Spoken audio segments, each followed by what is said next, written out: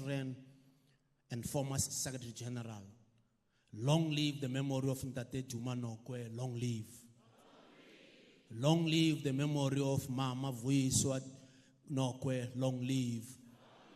Long live the African National Congress, long live. Long live the South African Communist Party, long live. Long live COSATU, long live. Long live Sanko, long live. Long live ANC Youth League, long live. Long live ANC Veterans League, long live. Long live ANC Women's League, long live. Long live Umkhonto Wesizwe Liberation War Veterans, long live. Long live COSAS, long live. Long live SASCO, long live. I'm just cutting it so that the SG, when he comes, he cannot do it. So I'm doing it on his behalf. Thank you very much, Comrade Hope Apo. And Comrade Hope is very accurate. One neti, in most things at Duma Nokwe, we have to make sure that we rebuild our structures. We all belong to branches. That's where we are supposed to be. Without building structures of the ANC, we don't have an ANC. And so let's take that home with us. In the spirit, that's what we want to achieve. And so, a documentary, Yabupilo ba Comrade Duma Nokwe, just for 15 minutes. We'll have a documentary about the life of Comrade Duma Nokwe for about 15 minutes. It will be screened. I'm sure it will be screened just up here. Thank you.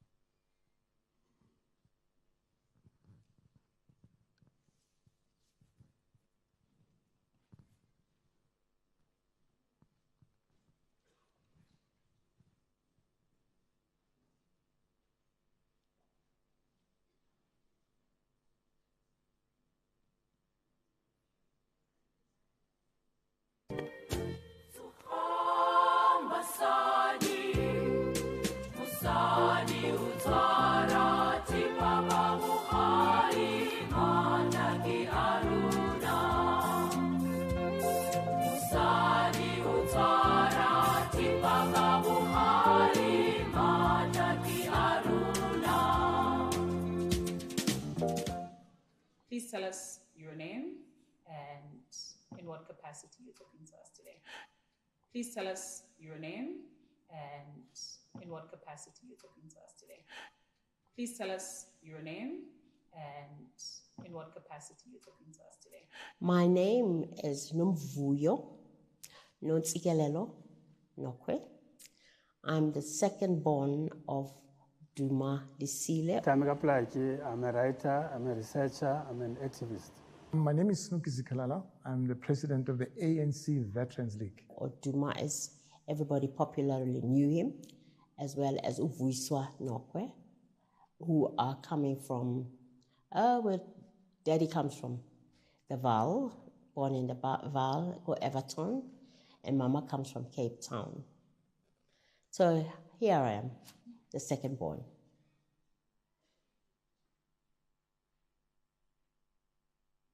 Wow, that's a good one and a very difficult one because there are so many occasions where, you know, the favorites, what would be my favorites?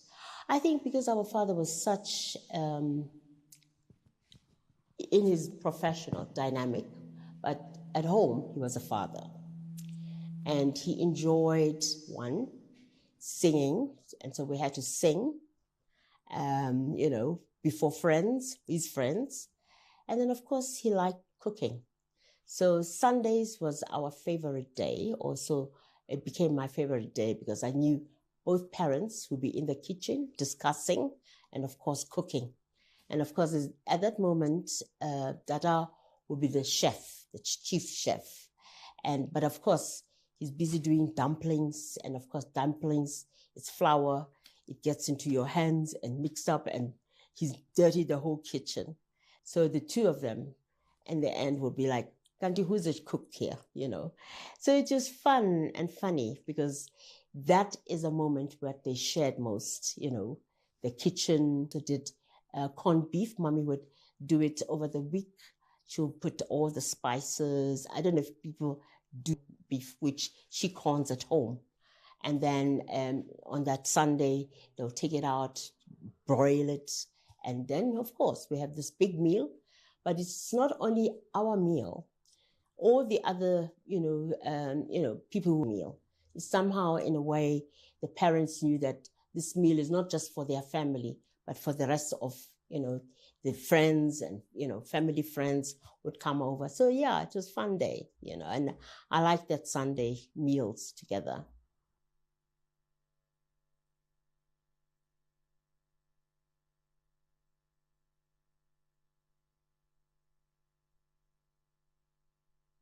Yeah, what were the values? The most amazing value was just to be humble, have humility and integrity. And how was it done? Indirectly, he wasn't a strict parent, but he had his way and also assured us that the only riches that he can give us would be education. It's either you take it or leave it. And that's why we ensured that we got scholarships. Fortunately, the ANC then had scholarships with the Afro-Asians. My sister, our eldest sister, our late eldest sister, Germany. Then I think I was 17 and she was 15. So that was instilled in us because he said, I don't have anything else. If you don't take it, you leave it. Our younger brother, Opaki, he had gone to Russia at the age of 11. So he went and did his primary schooling, high school, and definitely, away from parents. So you can imagine, young people having to leave home and also under the guidance, even if it's at a distance, you knew the parent was there because he's, making sure that you get the education. So we really had to, do that and take that from them. And then also learn, on our own at 17 and 15, and the other one at 11, that this is, and how will they put it? Yeah, the suffering masses, you are here representing the suffering masses of South Africa. They don't have this opportunity, so you better take it. So you have that in the back of your mind all the time, constantly, So yeah, I think that was the most critical moment and the most valuable one, that we needed to take this education seriously. So we did. I'm a medical doctor. My younger sister is a physiotherapist. Our elder sister was a microbiologist. She's late now, unfortunately. And then I must check now who, because I've got other siblings behind me.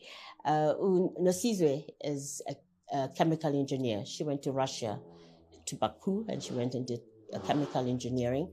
And our last born is a psychologist, but I think he's all over. He's into management and also doing stuff for himself. Yeah. So that was very critical.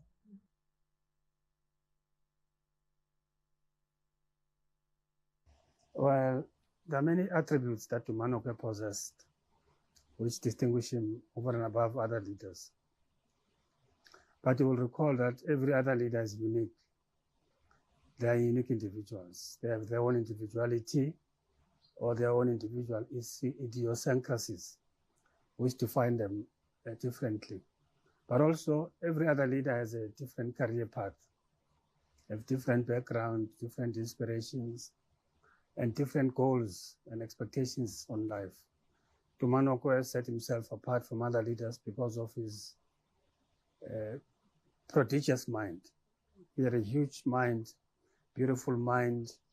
He could comprehend abstract contrasts and concepts. He could traverse different faculties of human endeavor, from being a scientist, a mathematician, to being a lawyer at the same time. And during extremely aged, Duma Nokwe joined the Young Communist League at St. Peter's, whereas other colleagues and his peers would identify themselves with the Youth League of the ANC. He identified himself with the Communist Party. And to that end, he sought special permission from the authorities to deviate and to become a member of the Communist Party, because communism was regarded as an anathema during those days. So these are some of the things that have elevated Duma Nokwe. Also because he became a youngest lawyer, a very young lawyer. At a very early age, he attained the highest pedestal in the legal fraternity, to be crowned as the first black advocate to be admitted in the Johannesburg High Court.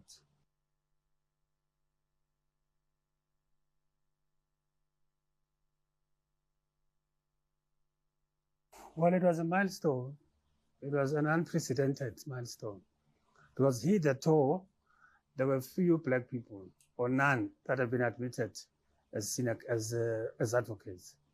You will recall that Duma Nokwe was not the first person to have an LLB degree. There were many other leaders who had LLB degrees, including Z.K. Matthews.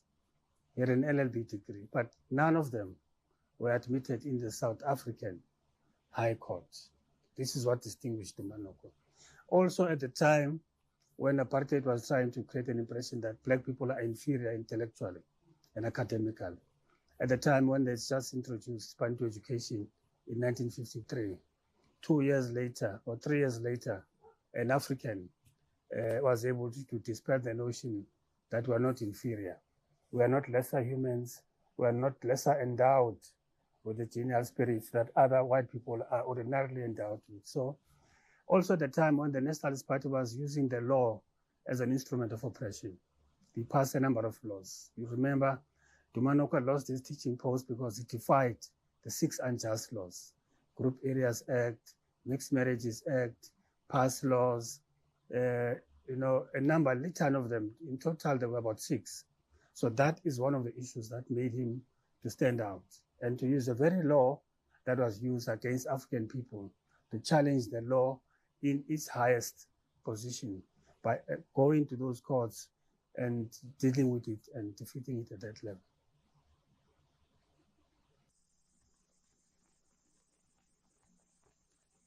What is behind the firm, continued refusal of African women to accept passes?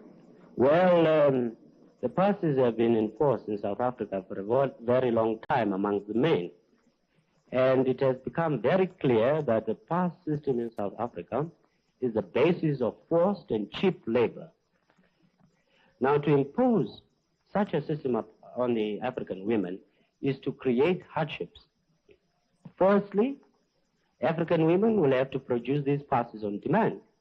If they fail to do so, they will be arrested in the streets, they will be stopped at stations, they will be stopped as they visit one another in the locations, and if they haven't got those passes, they will be immediately arrested and brought before the court.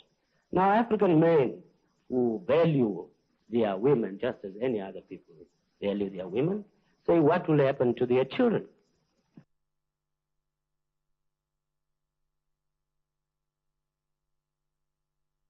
Well, I think it's important people should know exactly in what perspective we're talking about. As you know, Comrade Duma left in 1963, and Oliver Tambo left in 1960 after the Sharpeville massacre.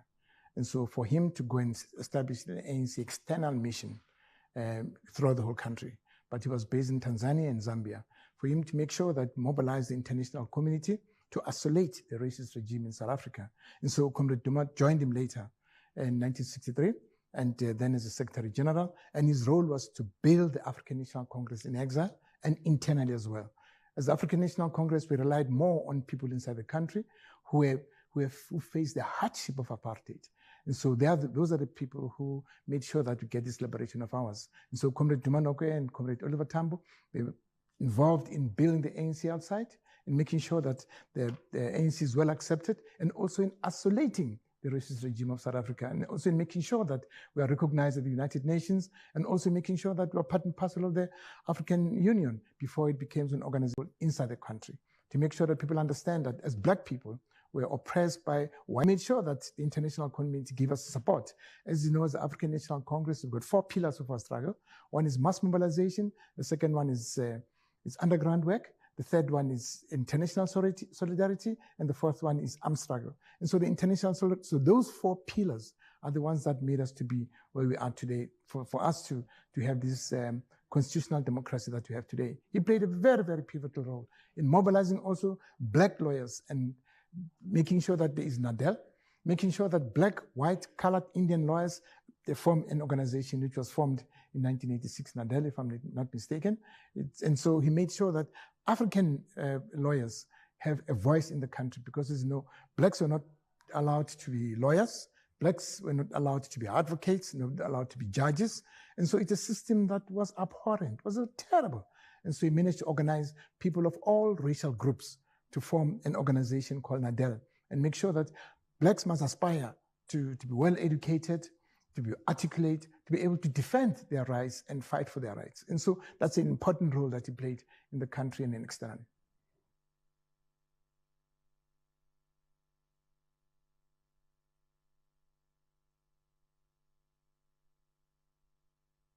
Yeah, that's a mouthful. But on the whole, the hallmark was his humility, you know.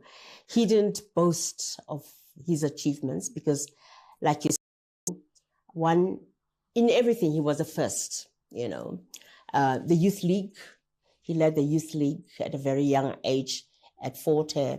And then also here in Gauteng, he was, you know, for the Orlando West, he was the leader. So it was such an amazing thing. I also look at myself and say, hey, I never achieved so much in that short space of time. He became, you know, the Secretary General of the ANC at 30. I don't know how many, you know, everybody keeps on saying, okay, I'm going to be something. But I think because it wasn't like, you know, he was boastful, but he had the intellect. He had the know-how. And the good thing, we went to what you call the School of St. Peter's, if anybody heard about it, in Fortsburg, where one of his principals or one of his teachers was who else? Datu O.R. Tambo.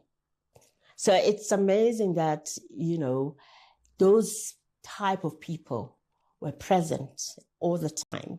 And they shaped what happened to the African National Congress. And like I said, at a very young age, you know, his dynamism, you know, putting the strategy, putting the, you know, the Freedom Charter, you know, they were always involved. And we were just sharing today to say, how many of us are there to do this, you know, for not only for ourselves, but for our country. So the foremost was that our country is first, before anything else. And that's why he sacrificed his life and went into exile. And of course, part of that was also the African National Congress. The hallmark was that when the leaders of the African National Congress were, you know, imprisoned during the Rivonia trial, they were around. Our father was on house arrest. And I think the leadership realized that, look, we cannot all be in prison. We need to leave and go and find, you know, ourselves elsewhere. And because then, remember the Defiance campaign, the ANC was then banned, and all the other political parties were banned.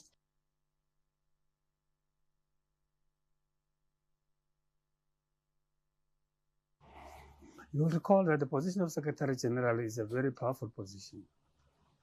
It is almost akin to being the engine of any movement. So for Duma Nokwe to attain that position at that age was another crowning achievement in the long list of his achievements.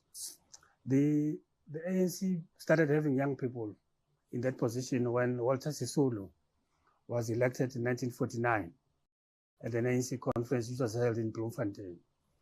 And subsequently, he was followed and succeeded by his colleague, Oliver Tambo, into that position. Duma Nokwe was in the youth in the ANC, and Duma Nokwe subsequently attained this position in 1958. You will also remember in 1958, Duma Nokwe was attending trial. There was a treason trial where 158 Africans were arrested, including Helen Joseph, one of the few white liberals, and Joe Slovo, who was later acquitted. So Duma Nokwe was attending this case, was part of the case, part of the people that were arrested. The ANC saw value in him when they started making him an administrative secretary. He was like an administrator of the affairs of the ANC.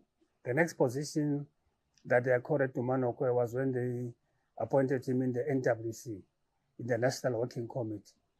Thereafter, in 1958, at a conference held in Maritzburg in KZN, Duma Nokwe unanimously was elected as the Secretary General of the ANC. At the time of the treason trial, this was a clear confidence that was bestowed upon him.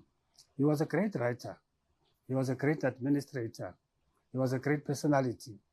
And he was able to endear himself to most people, including the other parties in the Tripartite Alliance, the Communist Party and the Natal and the Transvaal Indian Congresses, respectively. Well, it's important for the youth of Sedibeng to know that from the dark streets of Sedibeng, where there were no lights, people are using pit latrine toilets. Unfortunately, there are people who are still using pit latrine after 30 years of our liberation. But the African National Congress is addressing those issues. But so that they must know that out of Sedibeng came this hero of the struggle, Comrade Duma Nokwe, who was an advocate, the first black advocate in South Africa, and who studied at Wits, which was only allowing white people. But he managed to get in, and he passed with distinction. And so that's what is important. Young people in Sedibeng, the community of Sedibeng, they must know him. They must value the contribution he made, especially in our struggle for liberation. Now, people are saying that we're liberated, and so what? There's nothing like that. We are liberated. We have to make sure that the values that he fought for, the constitution that he fought for, that's a constitution that we have to defend as all South Africans. If we are saying that the doors of learning and culture are open to all, they are open to all, but they're not open to black South Africans. South Africans got the inferior education. With that education, he managed to become the first black advocate. And so people in Sedibeng, I think we thank them for having made sure that it's part and parcel of that community. Young people must aspire to be like Comrade Duma Nokwe. If you do not possess knowledge, you cannot shine if you do not have the light. So they possess that in abundance. For us, this has been the most gratifying process, because now our mother's wish has been realized in the most fascinating way, because it was not only him alone, but with all the other 41 people who came along. And I think you've seen how the South African Defence Force went to get, all the mortal remains and brought them to Waterkloof base, and then they were removed from those boxes into the coffins. And it was a very emotional moment. Even if it's 47 years ago, we still feel, we still have those emotions that it's like now reliving, the whole journey to where we are. And now, finally, those mortal remains will be laid to rest in his beloved country that he so fought so much, that on the 17th of May, we were supposed to do it on his birthday, but we were requested that, because the situation was different and the people were not going to avail themselves. The 17th, it doesn't matter, because it's still the same, because we learned certain leaders were born on that day. So it will be also very significant and very, getting a closure finally, to say he's back in his motherland, his beloved South Africa, which he so fought for. And therefore, let us put him to rest finally on his mother's soil.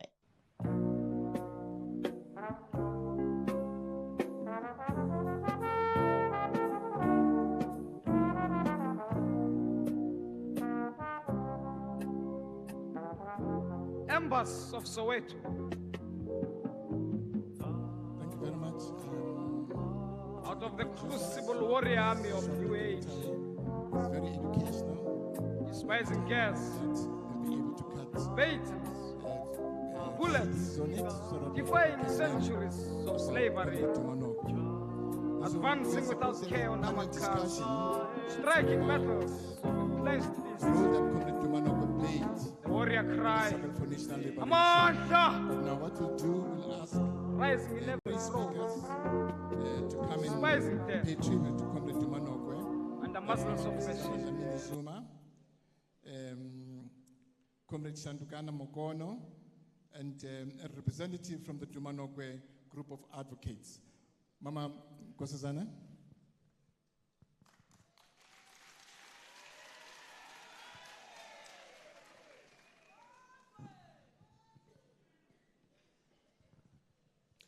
Thank you, Program Director. Greetings to the Duma Nokwe family, and greetings to all the structures of the ANC. In the interest of time, I won't mention you one by one, but I have to greet the SG, and I have to greet the Women's League, Malibongwe. Roar, Young Lions, roar. Viva ANC, viva. Viva ANC veterans, viva. Viva Umkhonto Liberation War veterans, viva. Long live the undying spirit of Duma Nokwe, long live. Long live the undying spirit of Vuyiswa Nokwe, long live. Thank you, comrades. Comrades, I thought in this panel, I will take the route of looking at Comrade Duma Nokwe's life and say to ourselves, what lessons can we draw from his life? The first lesson that I took up was education. He loved education. He was educated himself, but he encouraged other people to be educated. He has a BSc degree. He studied to be a teacher, and he taught. And when the Boers didn't want him to teach anymore, he didn't stop. He teaches us that education and learning is a lifelong process. He didn't say, I'm a teacher, I've stopped. He went back to study law. And in studying law, he did well, which means he knew that rights come with responsibility. You have a right to education, but your responsibility is to learn and pass. That's what he teaches us. And he also taught us that we don't have to have a sense of entitlement. When he went back to study law, he worked part-time to pay for his education. That's a big lesson to all of us. That's why the ANC emphasizes education. That's why we say we need a skills revolution, not only in South Africa, but on the continent. We need a skills revolution. And it's not only for young people, even older people can learn and have skills.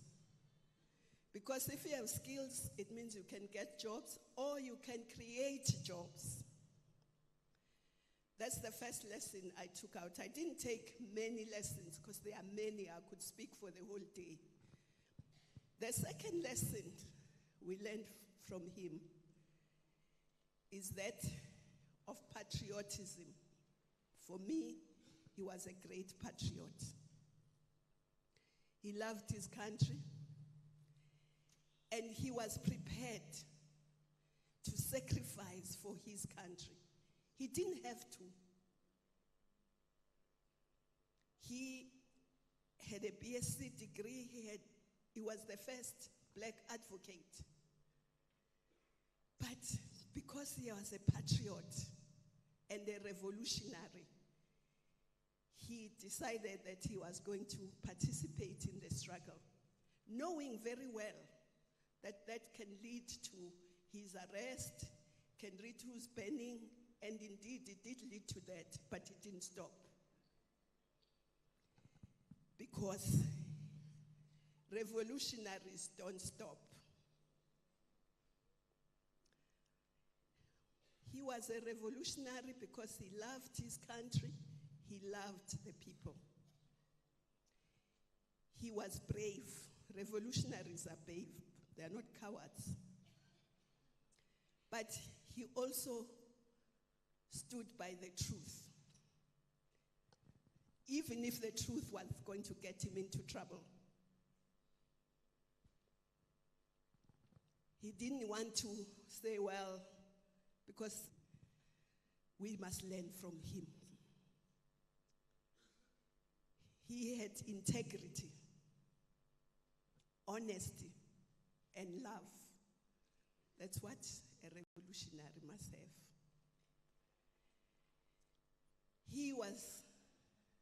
Revolutionaries also sacrifice, as he did. He went into exile. He's only coming back now to rest in his beloved country. He was one of the finest sons of this country. I can say that without fear of contradiction, that he was one of the finest sons, not only of this country, but of the continent as well. He was a Pan-Africanist. He was a Pan-Africanist.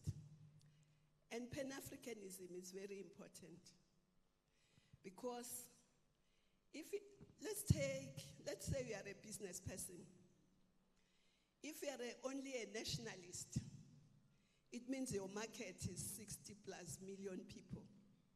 But if you are a Pan-Africanist, your market is 1.4 billion people. That's what he teaches us, to be Pan-Africanists. And the other lesson that he teaches us is humility. Those who know him will know that he was not arrogant. He respected everyone. Even when you were young, interacting with him, you didn't feel. He respected everyone. He had humility. No task was too small for him. He did what he needed to do. And humility is one of the values that we must embrace in this organization and in this country.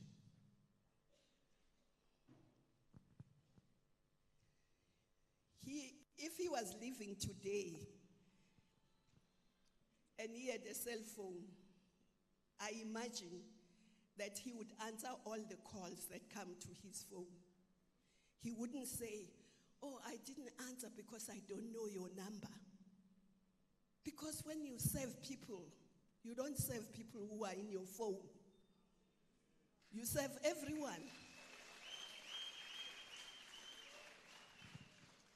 He would be that person who would answer, whether he knows the person, whether he knows the number or not, because he was a servant, a true servant of the people.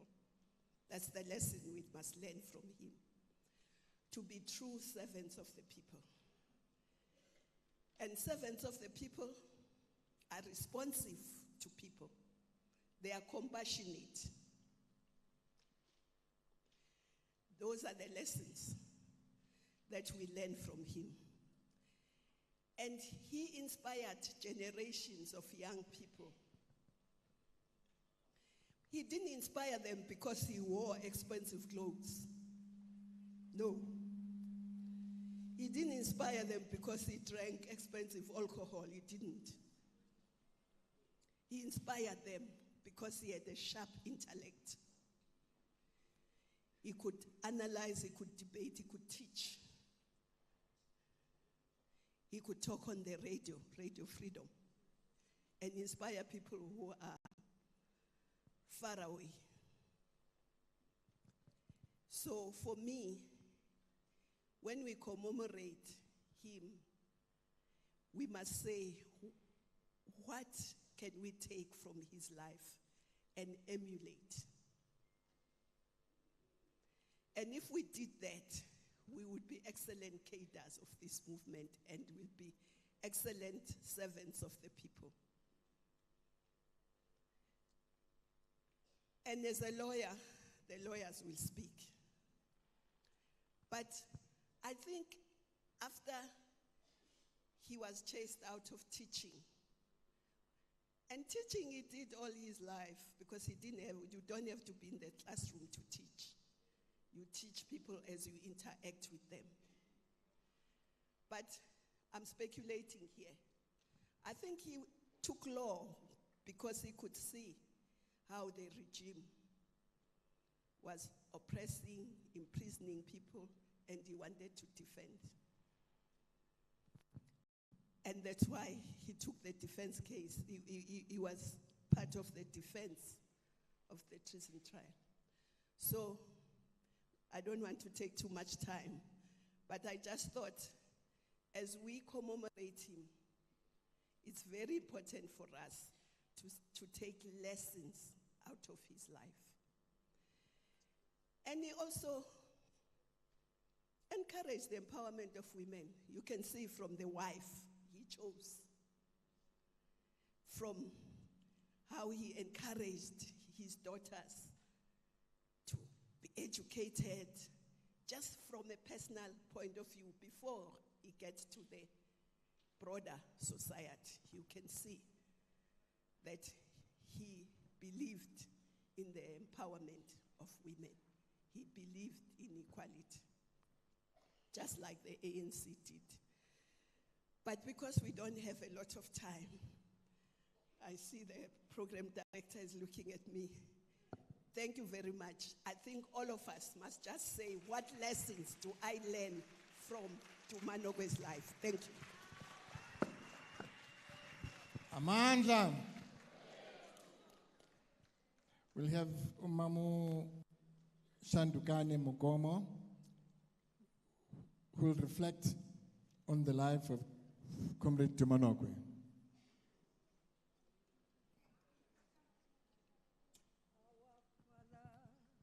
Who art in heaven, hallowed be thy name. Thy kingdom come, thy will be done on earth as it is in heaven. Give us this day our daily bread, and forgive us our trespasses as we forgive them that trespass against us. And lead us not into temptation, but deliver us from evil. For thine is the kingdom, the power, and the glory forever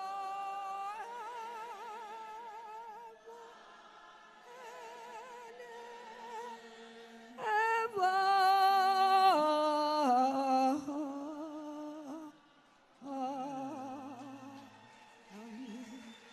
Oh my God, thank you. Thank you. No, look, I just wanted to talk. Oh, I'm fine. At least next month we are comrade, Banabanto ya Mutim. Now I'm going to be short. Kantato aritisise mokachekulena. Because na sekesise banka tate Duma Nokwe hakimutsebi awasliya. But the guy on Entikudulaliena, my husband, he used to tell me Antora Everton Kaufel.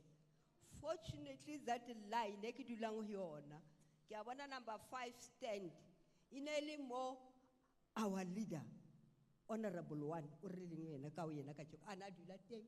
I can ask, a teacher, Wilberforce, what I know about him. And he was a secretary of the ANC. And Kanakuya apartheid, Willa Atwa, Katwa line. That's how I went to exile. And that's why today we are honoring. And I thank for the girls, Banaba Haika Felakere, God bless you. And my region, and my secretary. This song, Kibinela, our father, Kibinela ANC, and Kibinela Secretary Sak. Thank you, Mama. Thank you. Watinta bafazi. Thank you, Mama. I will now call Advocate Pule Seleka, who represents a organization called the Duma Nokwe Group of Advocates.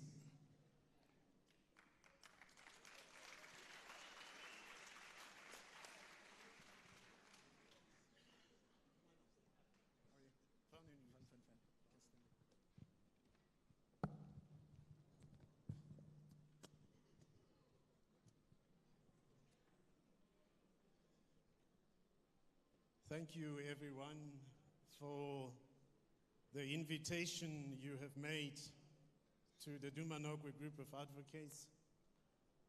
I, on behalf of the group that is named after Duma Nokwe, would like to send my sincere gratitude to the dignitaries here before us. I observe all protocol, and thank you very much.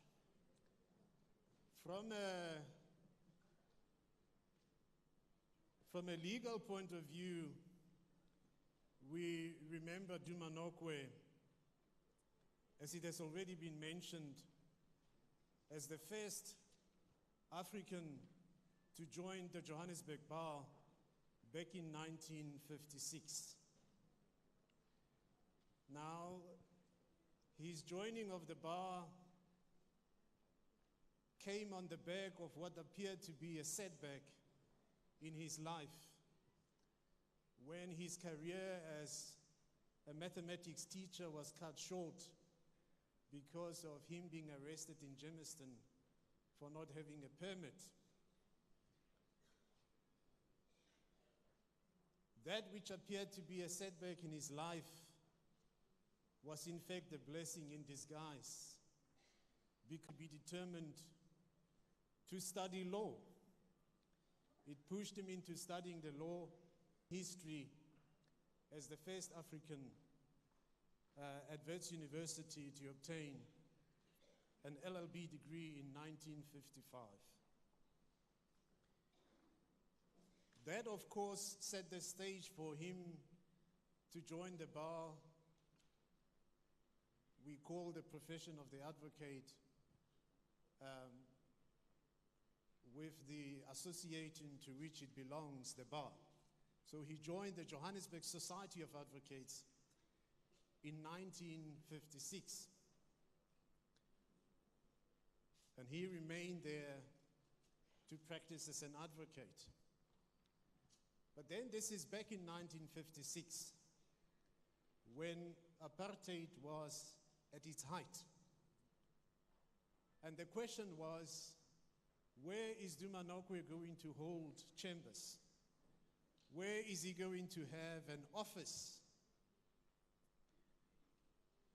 Like all the other advocates, his white counterparts who were practicing across the court building in Johannesburg in Preacher Street. So when that question was asked, within the bar itself, the advocate's profession,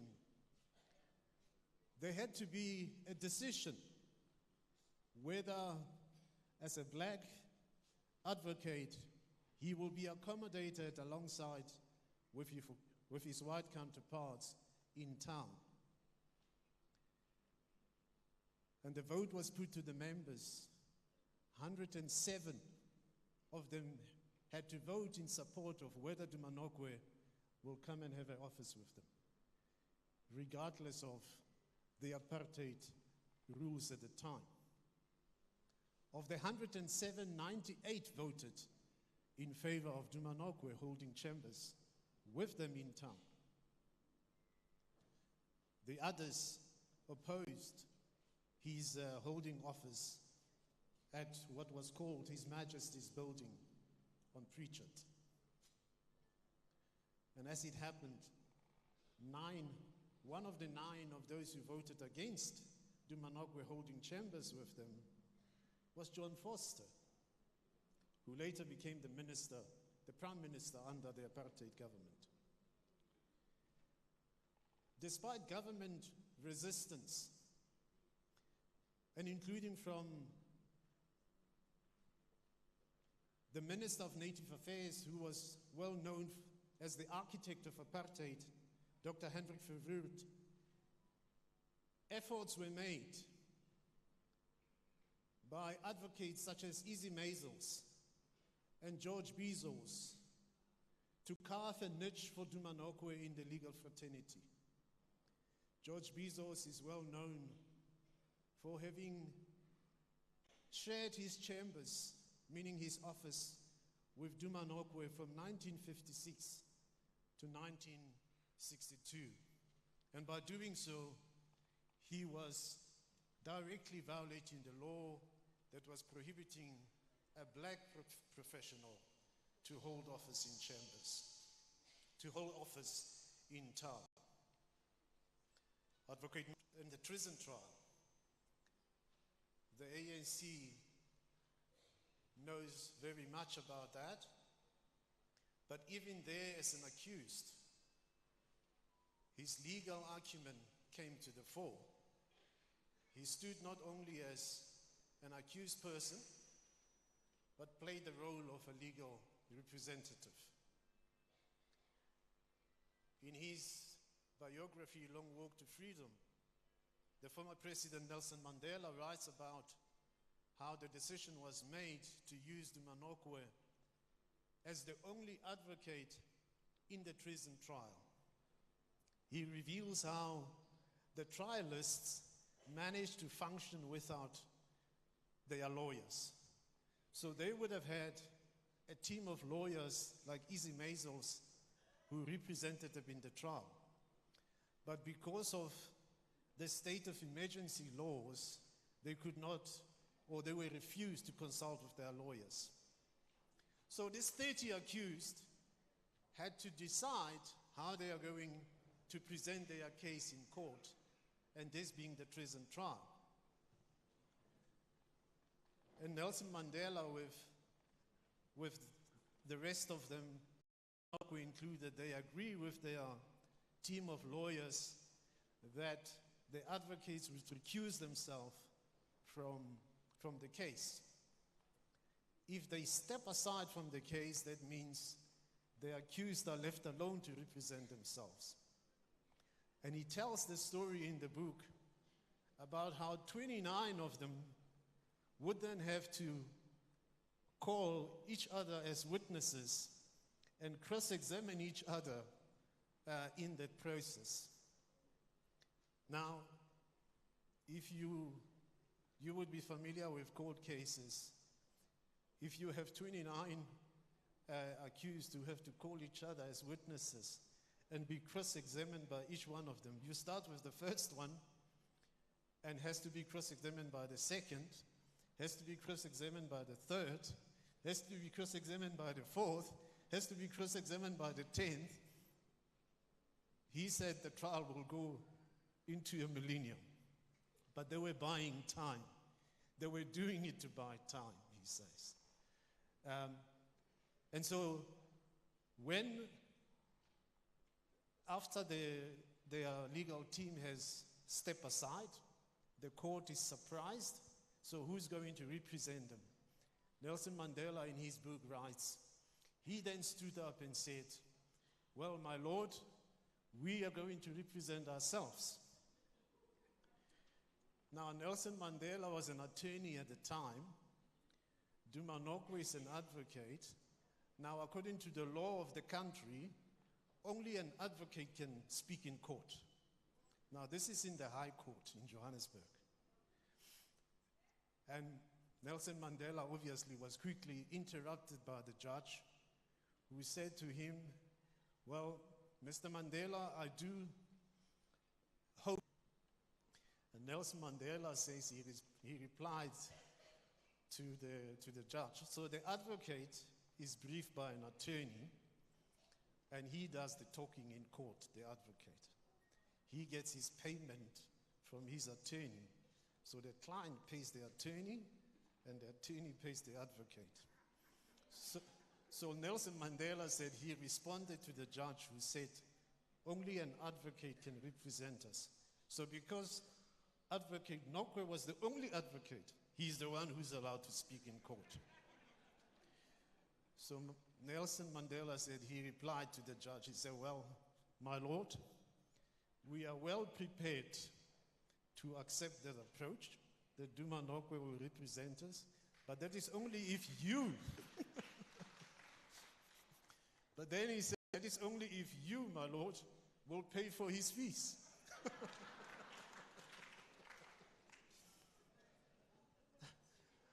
And obviously, he says the judge gave up, and every accused person started to represent themselves, from the first one to the last one, calling the witnesses one by one. Well, over 40 years later, after Duma Nokwe's submission at the Johannesburg bar, we formed the Duma Nokwe group of advocates, 47 years later. It was headed by Patrick Mchalana, with some of us who supported him, on the 1st of September 2003. We approached the family and the late wife of Duma Nokwe, Mrs. Vuyiswa Tiny, to get permission to use the name Duma Nokwe. And with that permission, we were able to start this group. It is a group that has grown to over 100 members over the past 2 decades. It has produced judges. So from our members, we have judges who serve in the courts, and from our members, we count many senior counsel.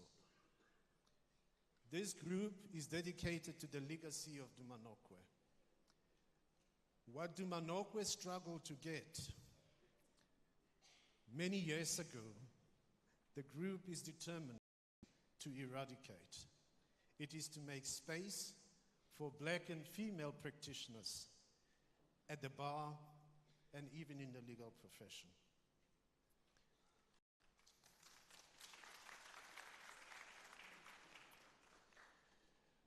We have noted with mixed feelings of sadness and joy the repatriation of Advocate Duma Nokwe's remains last year, October in 2024.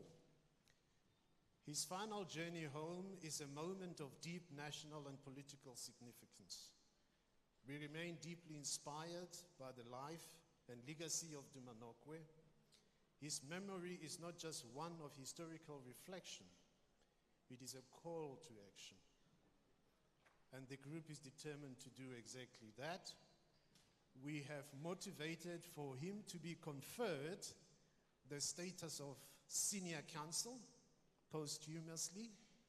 The Minister of Justice called me 2 weeks ago to confirm that Duma Nokwe has received the letters.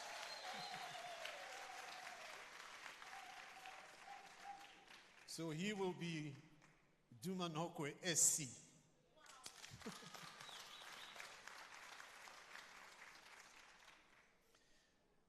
The family, I think they were also contacted. We also motivated for Duma Nokwe to be given the Felicia Sidney Kentridge Award. It's a coveted award which is given by our overarching body, the General Council of the Bar. So he has been nominated to receive that award, and I have confirmation he will receive it.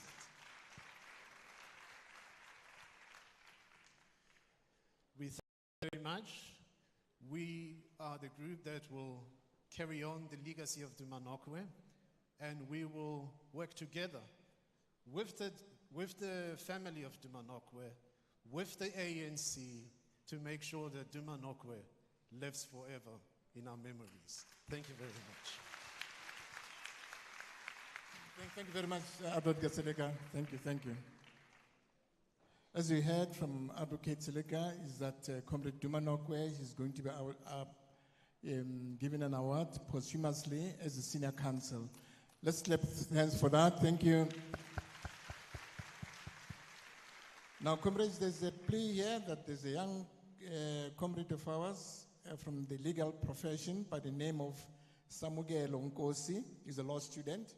He just wants to say something in 5 minutes. But the first thing I ask, is he a member in good standing or not? If he's not a member in good standing, he can't come here and talk about Duma Nokwe. Duma Nokwe wants every person to be a member of the ANC in good standing. What's that in front of?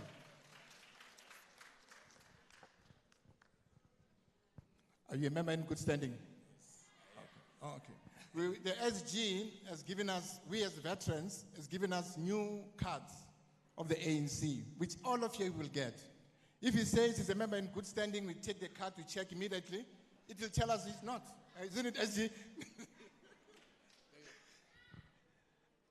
Greetings, comrades, elders, fellow students, and distinguished guests. My name is Samugelo Nkosi. I stand before you not just as a student of law and politics, not just as the legal officer of the Student Campus Council, and not just the youth of this generation, but as a son of Everton, also known as Tivas.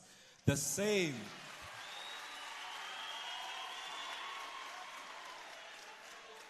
Tivas that cradled the footsteps of a young Duma Nokwe. The same dusty Kasi streets that gave birth to a revolutionary mind. And it is from those very same streets that I speak today, humbled, sharpened, and politically awakened by the legacy of the man we honor. Comrade Advocate Duma Nokwe was not born into ease. He was born into resistance. Educated at St. Peter's in Johannesburg and later at the University of Fort Hare, he earned his BSc and diploma in education, not to ascend into comfort, but to prepare confrontation. His mind was brilliant, but his heart was radical. He taught at Krugersdorp High School until the apartheid regime punished him for participating in the 1952 Defiance campaign. His crime, you ask? Entering Germiston location without a permit. And so the state silenced him with dismissal. But what they did not know is that Nokwe had already chosen the harder road, the revolutionary road. He then turned to law, and in 1956, he became the first African barrister, admitted to the Transvaal Supreme Court. But apartheid had other plans. They barred him from chambers in the city, told him to go practice in the townships, as if justice only belonged to those white corridors of power. But Duma Nokwe didn't fold. He didn't beg, he didn't retreat, because he never wanted a seat at the table of the oppressor. He wanted to bend the table and build a one rooted in justice. And while he carried his legal brilliance, he never abandoned the streets. He was a leader of the ANC Youth League, was arrested in the historic treason of 1956, and one of the last to be acquitted 5 years later. While others were scared into silence, Nokwe rose through the ranks of liberation and movement in 1958 at the 46th National Conference in Durban. He was elected Secretary General of the ANC, the 11th Secretary General of the ANC, and the first to hold that post as an African. He was not just a lawyer, he was an organizer, a campaigner, a strategist, a fighter. Even when the state banned him, raided his home and placed him under house arrest, he did not flinch. In 1963, under the threat of long-term imprisonment, he crossed into Bechuanaland, alongside Moses Kotane, and joined the growing Exile movement. From Lusaka to the OAU to the United Nations, Nokwe became the voice of the ANC through speeches, conferences, radio broadcasts. He reminded the world that South Africa was on fire and the youth were ready to fight with books and bricks. As I stand here, a final year BA Law with Politics student, aspiring to pursue my LLB, I cannot help but see myself in his story, not because I compare my struggle to his, but because I realize that without his struggle, I would not be here. The very idea that a young black student from Everton can study law today is because Advocate Nokwe first made the system bleed. He shattered barriers without privilege, but with principle. He turned law into a weapon. And comrades, we must do the same. We must reject the idea that law is neutral, that it exists in isolation from politics. Nokwe's life teaches us that to be a lawyer without political conviction is to serve the oppressor in silence. He also teaches us that our education, our degrees and our careers must not distance us from our people, but return us to them better armed. We are not just here to graduate, we are here to dismantle what Duma Nokwe called the machinery of white supremacy and legalized oppression. We owe him not only our respect, but our activism. Not only our applause, but our action. Not only our words, but our work. Let this not be a memorial of mourning, but a moment of mobilization. Let us not speak of Duma Nokwe as if he's buried, but as if he's marching beside us. Because in our minds, in our defiance, and in our struggle, he lives. His burial in the soil of his ancestors on the 17th of May is not an ending. It is a return, a reconnection of struggle to land, a reminder that revolutionary bones do not rest in vain. So I say to my generation, we must indeed study harder, fight smarter, organize louder, work and walk bolder, because we are the continuation of what he began. He was not that the first, he was the foundation, and now we are the future he fought for. Amada! Amada! Thank you so much. Thank you very much. Thank you very much.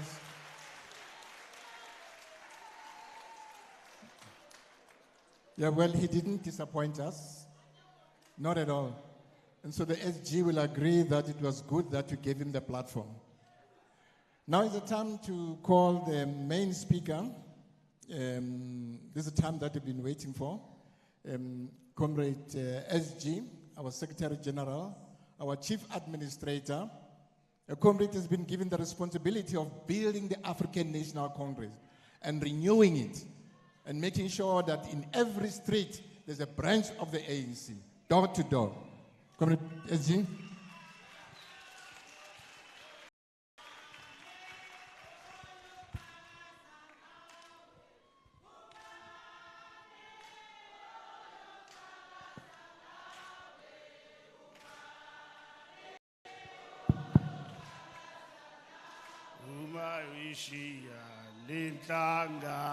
Shia lintlanga nu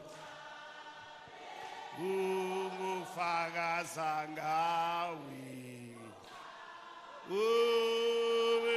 ungufakaza ngawi ungufakaza ngawi uma ushia lintlanga nu uyufakaza ngawe uyufakaza ngawe amandla masiqaleni kamandi Niqale ngathi anina sure. Kuba no.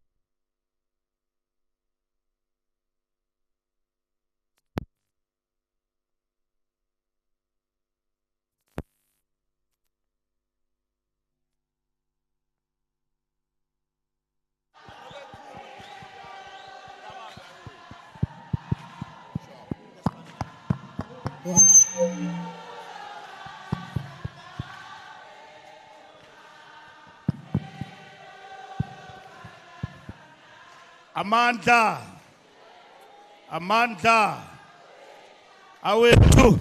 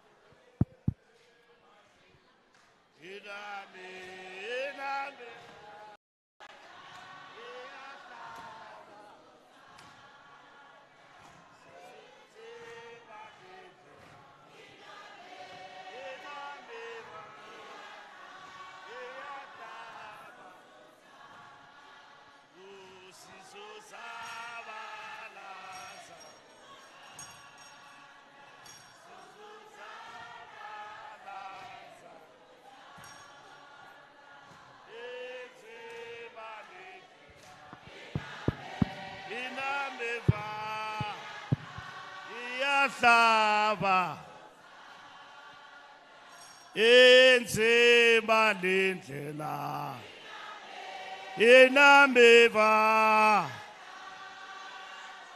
sizo sabalaza amandla awethu.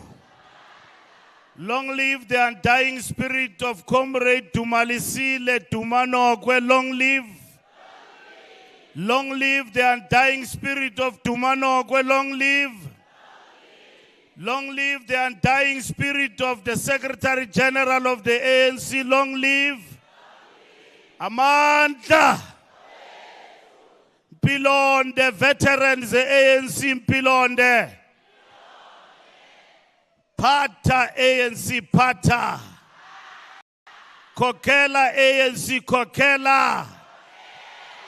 Pata Ramaphosa pata. Kokela Matamela kokela. Uzoyithola kanjani? Uhlele koneni. Wathinta wafazi. Uzakufa finish and clear. Raw young lions, raw. Thank you very much, Comrade Program Director, Comrade Snuki Zigalala, the President of our Veterans League, the Secretary General of the Veterans League, Mayor Ilva McKay, the Deputy President of the Veterans League, Comrade Mavuso Msimang, and all members of the Veterans League of the ANC present here today. Duma and Vuiswa Nokwe family, to izizugulwana nabantwana baka Comrade Duma Nokwe present here today. We had the privilege through the program director to see them and for them to stand before this important gathering here today.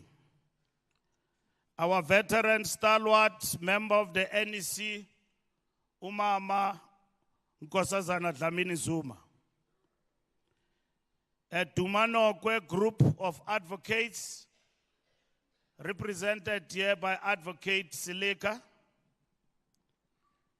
regional chairperson of the ANC in Sidibeng, Comrade Tulani Kunene,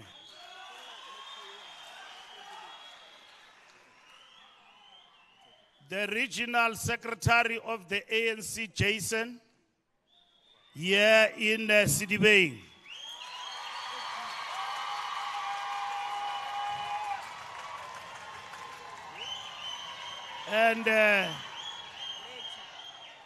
And all members of the Regional Executive Committee of Sidibeng, which is our host here today. Comrades of Sidibeng, I want to say to you, in front of the comrades who are here, and those who are watching us from home through the means of the media, this region of Eguruleni, of Sidibeng,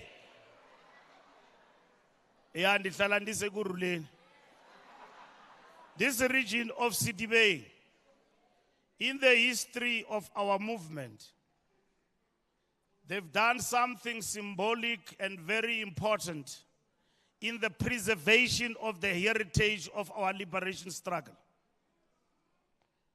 These comrades met with all the structures and the REC led from the front to claim the legacy of Comrade Duma Nokwe.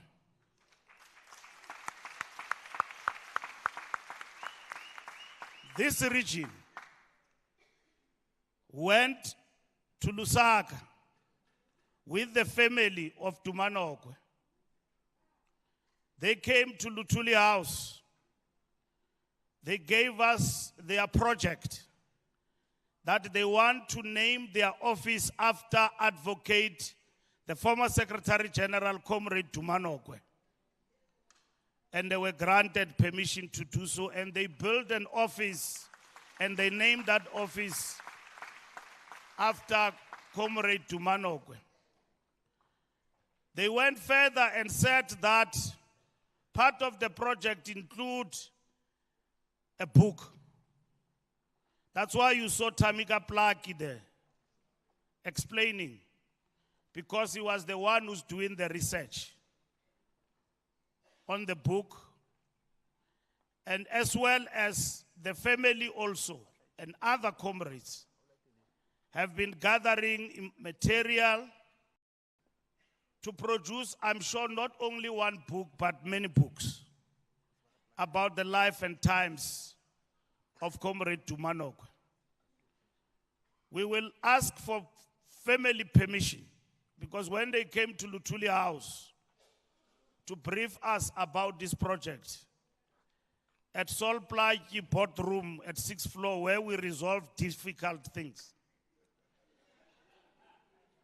Nabandaba protester PGM but resolve up 6th floor. But Sidibeng arrived with a project. They were there, all of them, REC. And then led by the chairperson, the secretary was there, and all of them. And they said, from here, SG, we are going to Lusaka, which they did. And they've been working closely with the family. So I'm trying to say to you, comrades, as we do this lecture leading to the reburial, this region have taken it upon itself to claim, educate, and preserve the heritage of our liberation struggle, and never forget.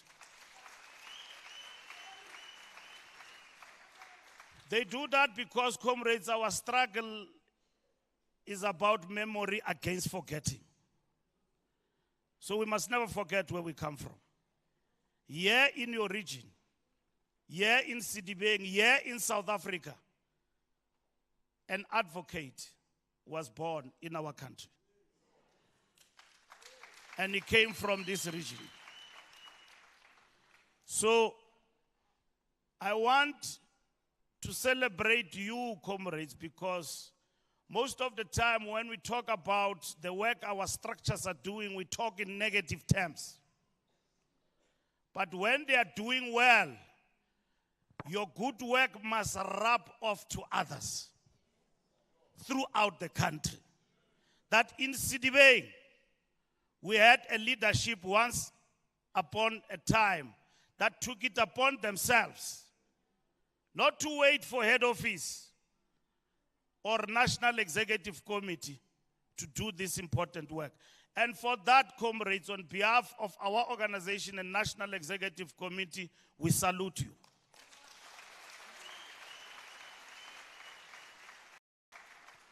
Comrades, we are gathered here today to honor a giant of our revolution, a titan of South Africa's liberation struggle, the former Secretary General of the ANC, Comrade Duma Nokwe.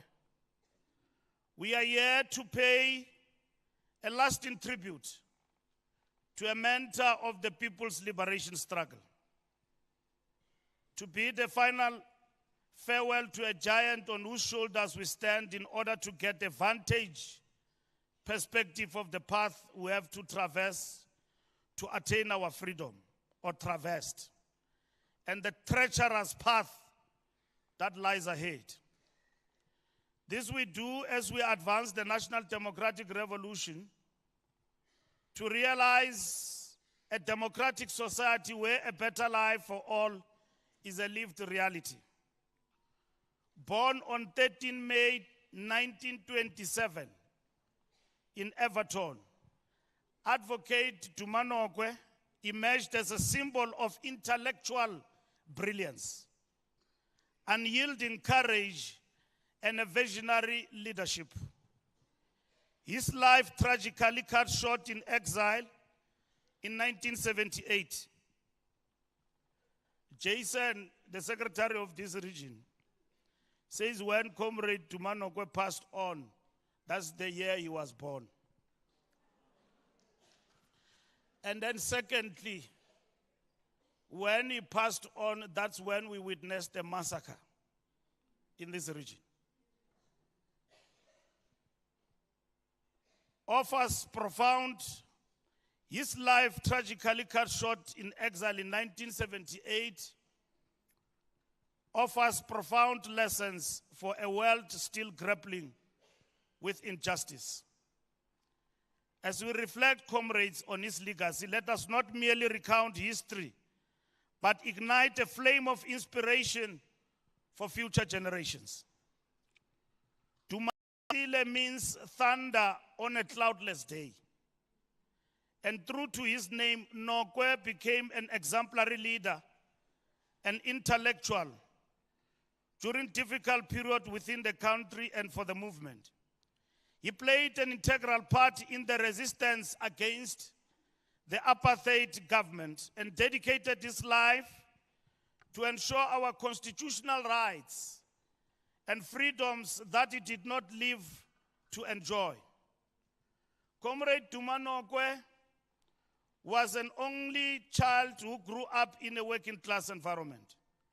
His father, Truebridge Nzima Nokwe, was a shoemaker. His primary education was at the local missionary school in Everton. The Nokwe family migrated to Orlando around the early 40s. He matriculated at St. Peter's Secondary School in Rosettenville in 1943. Among his teachers were Oliver Tambo, Lancelot Guma, and Father Trevor Huddleston.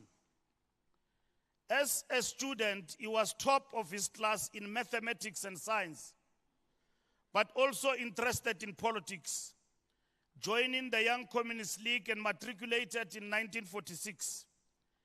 His fellow students included Joe Matthews and Alfred Hutchinson. Comrade Duma Nokwe's academic prowess earned him a scholarship to University of Fort Hare, then known as the South African Native College, in 1947. The cradle of Africa's liberation thinkers. He obtained a BSc degree and a teacher's diploma a year later. It was at Fort Hare where he crossed paths with future leaders like Robert Sobukwe and once again Oliver Tambo, honing his political consciousness. While at Fort Hare, Comrade Duma Nokwe joined the ANC Youth League under the leadership of Godfrey Piche. The Fort Hare ANC Youth League executive included comrades Ntsukunyana Mukhetle, Titi Litlapa, Robert Sobukwe, Ntato Motlana, to name a few. It is also at Fort Hare where he met his future wife, Vuiswa, aka Tiny Malangabe, in 1948. She was also enrolled for a BSc degree. After graduation, Comrade Duma Nokwe took up a teaching post at his alma mater. The same year, he was recruited by Mr. Daniel Mutuba at a newly built Munseville High School in Krugersdorp. Comrade Duma Nokwe served a sentence for entering Germiston location without a permit during the 1952 Defiance campaign. On leaving prison, he was summarily dismissed by the Transvaal Education Department. In the second half of 1953, he accompanied Walter Sisulu, the then Secretary General of the ANC, on a 5-month tour abroad. They visited Britain, the Netherlands, Israel, the Soviet Union, the People's Republic of China, and other socialist centers, including Bucharest in Romania and Warsaw in Poland, where they attended a youth festival and a youth congress, respectively. Some of you, when particularly the youth today talk youth festival, you will think, hey, bebe jaiva la maketla. It was a youth festival of ideas. A youth festival that is still in existence till today. In 1954, he was served with a banning order that restricted him to the magisterial district of Johannesburg. Active in the ANC Youth League from his university days at Fort Hare, he served as ANC Youth League. Active in the ANC Youth League from his university days at Fort Hare, he served as ANC Youth League National Secretary from 1953 to 1958. Having been effectively barred from the teaching program, Comrade Duma Nokwe moved on to study law. When he qualified in 1956 with an LLB degree at Wits University, he became the first black South African to be admitted to the Transvaal Supreme Court. A monumental feat that shattered racial ceilings in the legal profession, but was effectively prevented from practicing his profession by a Native Affairs Department after the Sharpeville shootings on 21 March 1960, which led to the declaration of a state of emergency by the government on the 30th March, what would later be known as the famous treason trial. The cases against most defendants were dismissed by mid-1959. Comrade Duma Nokwe, however, was one of the 30 whose trial continued under a revised indictment. He was not acquitted until April 1961. In his autobiography, Long Walk to Freedom, former President Nelson Mandela writes about how the decision was made to use Comrade Duma Nokwe as the only advocate in the treason trial. He reveals how the trialists managed to function without their lawyers for more than 5 months under the state of emergency. Tata Mandela writes, I quote from Long Walk to Freedom, on 26 April, Duma Nokwe, the first African advocate in the Transvaal, rose in court and made the sensational announcement that the accused were instructing defense counsel to withdraw from the case. Myself then said simply, we have no further mandate and we will consequently not trouble your lordships any further. After which the defense team silently filed out of the synagogue. This shocked the 3-judge panel. For the next 5 months, until the virtual end of the emergency, we conducted our own defense, close quote. George Bezos, Comrade Duma Nokwe's close friend, recounts in his autobiography, Odyssey to Freedom, how Ismail Mohammed joined the Johannesburg bar a few years after Nokwe, and how non-whites were eventually admitted to the society's common room. Comrade Duma Nokwe legal career was a daring act of defiance. As apartheid laws like the Group Areas Act and past laws criminalized black existence, he used the courtroom to confront the regime. He defended activists in landmark trials in the 1956 treason trial, where Nelson Mandela and others faced death sentences. His sharp intellect and unwavering ethics exposed the moral bankruptcy of apartheid's version of justice. Yet the regime retaliated in 1962. The government disbarred him, stripping his right to practice law, a stark reminder of the cost of resistance. Comrade Duma Nokwe was elected Secretary General of the African National Congress in 1958 at its 46th annual conference in Durban, and served in that role until the Morogoro Conference in 1969. Morogoro was a watershed conference where the unity of the movement was under threat, but through the resilient leadership of all those who were in attendance, steered the ship towards a revolutionary course. As ANC Secretary General, from 1958 to 1969, Comrade Duma Nokwe transformed the organization into a disciplined militant force. He worked alongside Oliver Tambo and Nelson Mandela, advocating for international solidarity and underground mobilization after the ANC's 1960 ban. His strategic mind was instrumental in launching Umkhonto weSizwe, the armed wing of the African National Congress, signaling a shift from passive resistance to active defiance. Comrade Duma Nokwe's leadership extended beyond politics. He edited Liberation, a journal that articulated anti-apartheid thoughts and nurtured young activists, emphasizing mentorship as key to sustaining movements. As we celebrate the 70th anniversary of the Freedom Charter, we are reminded of the reflections of Comrade Duma Nokwe on this important document of our movement. In an interview with Gail Gerrard, a journalist and an author, in October 1970 at the ANC office in Dar es Salaam in Tanzania, Comrade Duma Nokwe had this to say about the Freedom Charter. I quote, "I wouldn't ever be able to find a more brilliant program than the Freedom Charter. Brilliant and militant program than the Freedom Charter.